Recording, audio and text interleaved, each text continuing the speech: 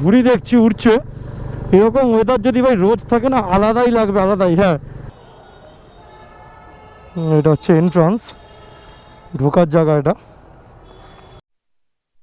So good evening, good evening বন্ধুরা, good evening from Batanagar. কোথায় যাচ্ছি না যাচ্ছি থাম্বনেল দেখে বুঝেই গেছো। তো অনেক দিন ধরেই ভাবছি যাবো যাবো যাবো, যাওয়ার হয়ে উঠছে না, কারণ ঠিকঠাক পার্টনার পাচ্ছি না, একা একা কী যাবো। আর চলো আজকে মনের মতন বন্ধু আছে আমাদের, সোনাই ভাই, গেরা ভাই, ওর সাথে আরও একটা বন্ধু যাচ্ছে, সৃজা বলে, আমাদেরই বন্ধু। আচ্ছা, তিনজন মিলেই আজকে যাব। আর ভাই অনেক দিন ধরে মন্দিরটা রাস্তা দিয়ে যাওয়া আসার সময় দেখি, ভালো লাগে, বাট ঢোকা হয় না। আজকে হট করে ঠিক হলো, আমিই বললাম যাওয়া হবে, ওরাও বললো চল ঘুরে আসি গিয়ে, সেই তো ঘরেই থাকবো। একটাই রিকোয়েস্ট ভাই, বৃষ্টিতে যাতে না নামে, বৃষ্টি নামলেই পুরো মেচাকার হয়ে যাবে, কারণ আগের সপ্তাহে যখন বেরিয়েছিলাম ফাটিয়ে বৃষ্টি পড়ছিল, ফাটিয়ে, দেখ এক্ষুনি যেত, ফাটিয়ে বৃষ্টি পড়ছিল, ওই জন্য ঠিকঠাক মতন ঘোরা হয়নি। আর আজকে বৃষ্টিটা সকাল থেকে একদমই বন্ধ, বাট ওয়েদারটা দারুণ হয়ে আছে পুরো, এরকম দেখতেই পাচ্ছ ক্লাউডি ওয়েদার। তো চলো যাওয়া যাক। তো আমরা এখন ওভারব্রিজে উঠে গেছি, আর ওয়েদারটা দেখো ভাই লাগছে কত সুন্দর, আর দূরে অনেক ঘুড়ি দেখছি উড়ছে। এরকম ওয়েদার যদি ভাই রোজ থাকে না আলাদাই লাগবে, আলাদাই। হ্যাঁ, রোদও দরকার, কারণ রোদ না থাকলে একদম স্যাঁতস্যাঁতে হয়ে যাবে, মানুষজন জামা কাপড় কেচে শুকোতে পারবে না। সবসময় যে এরকম ওয়েদার থাকলে যে পরিবেশ ভালো থাকবে তা না, রোদও চাই, বৃষ্টিও চাই, এরকম ওয়েদার চাই, সব কিছু নিয়েই প্রকৃতি। কারণ প্রকৃতি হচ্ছে কি বলবো, সুন্দর জিনিস, ন্যাচারাল জিনিস, ভগবান প্রদত্ত। যা যা হয় কোটি টাকা দিয়ে মানুষ কিনতে পারে না। রোদ, ঝড়, জল, বৃষ্টি, মেঘলা ওয়েদার, সব কিছু। ভাই আমি তো বলবো আজকের কলকাতা অনেক ফাঁকা ভাই, অনেক ফাঁকা। কারণ এরকম এই জায়গাটা দিয়ে এত জ্যাম পড়ে, বাবা বলতে না বলতেই সিগন্যাল, তো জ্যাম বলতে না বলতেই জ্যাম স্টার্ট, সিগন্যাল পড়া স্টার্ট। সামনে মহেন্দ্রা শোরুম, এই রে সব চলে গেল, কেউ কোনো সিগন্যাল মানলো না, হু করে সব চলে গেল।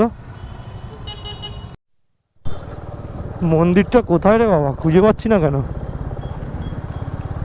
আর একটু সামনে মনে হচ্ছে, এই যে পেয়ে গেছি মন্দির। গাড়ি ফাড়িগুলো কোথায় রাখবো কে জানে, বাইক রাখার তো জায়গাও নেই।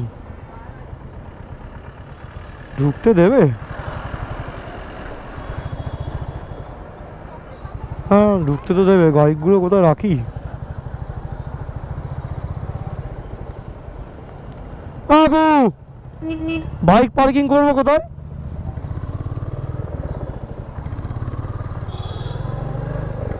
এই যে পেয়ে গেছি।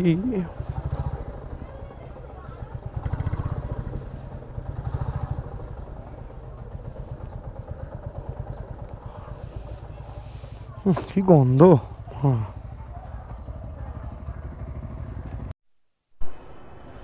তো এই যে ঢুকছি এখন মন্দিরে। বাও, এতদিন ধরে ভাবতাম কবে আসবো কবে আসবো, সেই সুযোগ। দারুণ লাগছে ভাই মন্দিরটা। এটা হচ্ছে এন্ট্রান্স, ঢোকার জায়গা এটা পুরো। এটা হচ্ছে সাইডটা।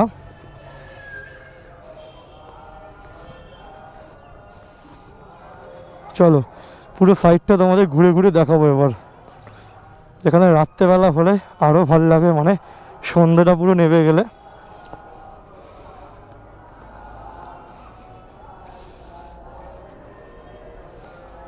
ও কি সুন্দর ভাই।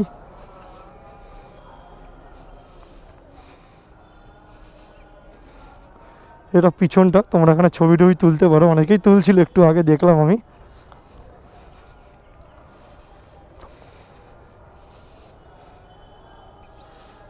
ওফ, এটা হচ্ছে একদম চূড়াটা পুরো।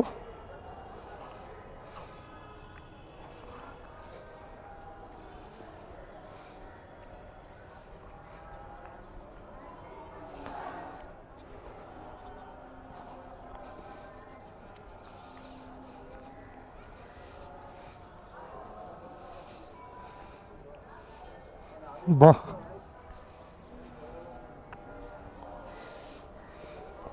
মানে বিকেলবেলা তোমরা কোথায় আসবে খুঁজে পাচ্ছ না, একই জায়গায় চলে গেছো। বাট এখানে এসে সব বন্ধুরা মিলে এসে আস্তে আস্তে শান্তভাবে আড্ডা মারার জন্য একদম বেস্ট জায়গা।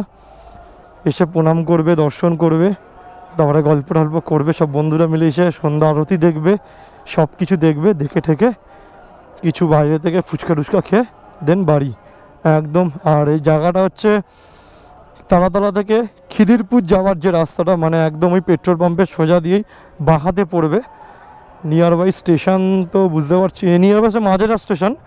মাঝেরা স্টেশন থেকে মন্দিরটার নাম জিজ্ঞেস করতে হবে। মন্দিরটার নাম কি? আচ্ছা ঠিক আছে।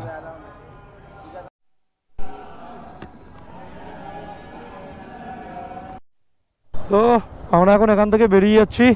মন্দিরটার নাম হচ্ছে মা লক্ষ্মী মন্দির। পুরোটা আমাকে ভিডিও করতে দেয়নি ভাই। সুন্দর সন্ধ্যা আরতিটা দেখলাম। এখন বাজে হচ্ছে 7:30 মতন। এখানে 7টার সময় সন্ধ্যা আরতিটা শুরু হয়। এত সুন্দর কোথায়? হ্যাঁ হ্যাঁ,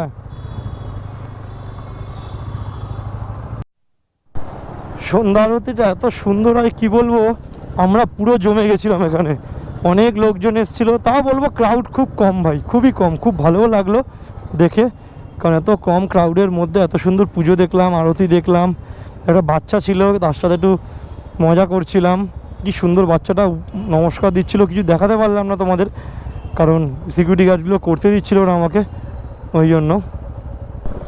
ও আমরা আমাদের হোম টাউন চলে এসেছি, বাটানগর।